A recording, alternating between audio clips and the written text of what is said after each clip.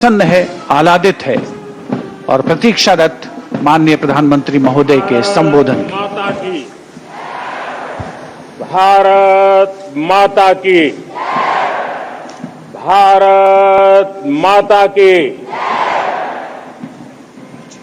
मेरे प्यारे देशवासियों, मेरे परिवारजन, आज वो शुभ घड़ी है जब हम देश के लिए मर मिटने वाले, देश की आजादी के लिए अपना जीवन समर्पित करने वाले, आजीवन संघर्ष करने वाले, फांसी के तख्त पर चढ़कर के भारत मां की जय के नारे लगाने वाले अनगिनत आजादी के दीवानों को नमन करने का ये पर्व है, उनका पुण्य स्मरण करने का पर्व है। आजादी के दीवानों ने आज हमें आजादी के इस पर्व में स्वतंत्रता की सांस लेने के लिए सौभाग्य दिया है। यह देश उनका ऋणी है। ऐसे हर महापुरुष के प्रति हम अपना श्रद्धा भाव व्यक्त करते हैं। मेरे प्यारे देशवासियों, आज जो महानुभाव राष्ट्र रक्षा के लिए और राष्ट्र निर्माण के लिए पूरी लगन से, पूरी प्रतिबद्धता के साथ देश की रक्षा भी कर रहे हैं, देश को नई ऊंचाई पर ले जाने का प्रयास भी कर रहे हैं। चाहे वो हमारा किसान हो, हमारा जवान हो, हमारे नौजवानों का हौसला हो, हमारी माताओं बहनों का योगदान हो, दलित हो, पीड़ित हो, शोषित हो, वंचित हो, अभावों के बीच भी स्वतंत्रता के प्रति उसकी निष्ठा, लोकतंत्र के प्रति उसकी श्रद्धा, ये पूरे विश्व के लिए एक प्रेरक घटना है। मैं आज ऐसे सभी को आदरपूर्वक नमन करता हूं। प्यारे देशवासियों, इस वर्ष और पिछले कुछ वर्षों से प्राकृतिक आपदा के कारण हम सबकी चिंता बढ़ती चली जा रही है। प्राकृतिक आपदा में अनेक लोगों ने अपने परिवारजन खोए हैं, संपत्ति खोई है, राष्ट्र ने भी पारावार नुकसान भोगा है। मैं आज उन सब के प्रति अपनी संवेदना व्यक्त करता हूं और मैं उन्हें विश्वास दिलाता हूं कि यह देश इस संकट की घड़ी में उन सब के साथ खड़ा है। मेरे प्यारे देशवासियों, हम जरा आजादी के पहले के वो दिन याद करें।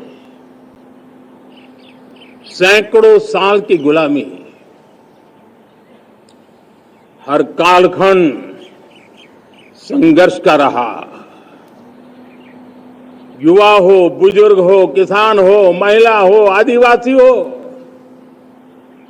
उन्होंने गुलामी के खिलाफ जंग लड़ते रहे, अविरत जंग लड़ते रहे। इतिहास गवाह है कि 1857 के स्वतंत्रता संग्राम जिसको हम याद करते हैं, उसके पूर्व भी हमारे देश के कई आदिवासी क्षेत्र थे जहां आजादी का जंग लड़ा जाता था। साथियों, गुलामी का इतना लंबा कालखंड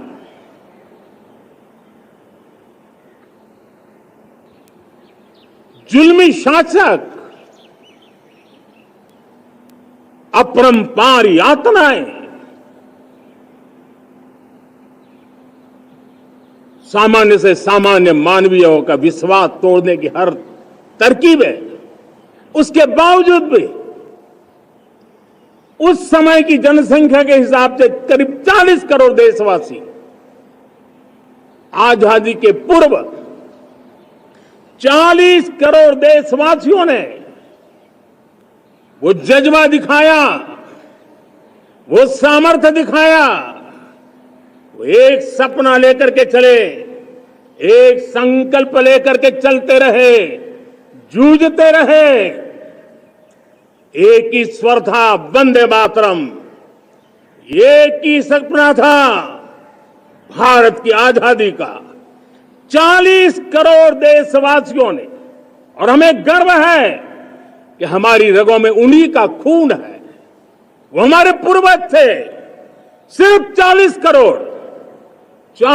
करोड़ लोगों ने दुनिया की महासत्ता को उखाड़ करके फेंक दिया था, गुलामी की जंजीरों को तोड़ दिया था।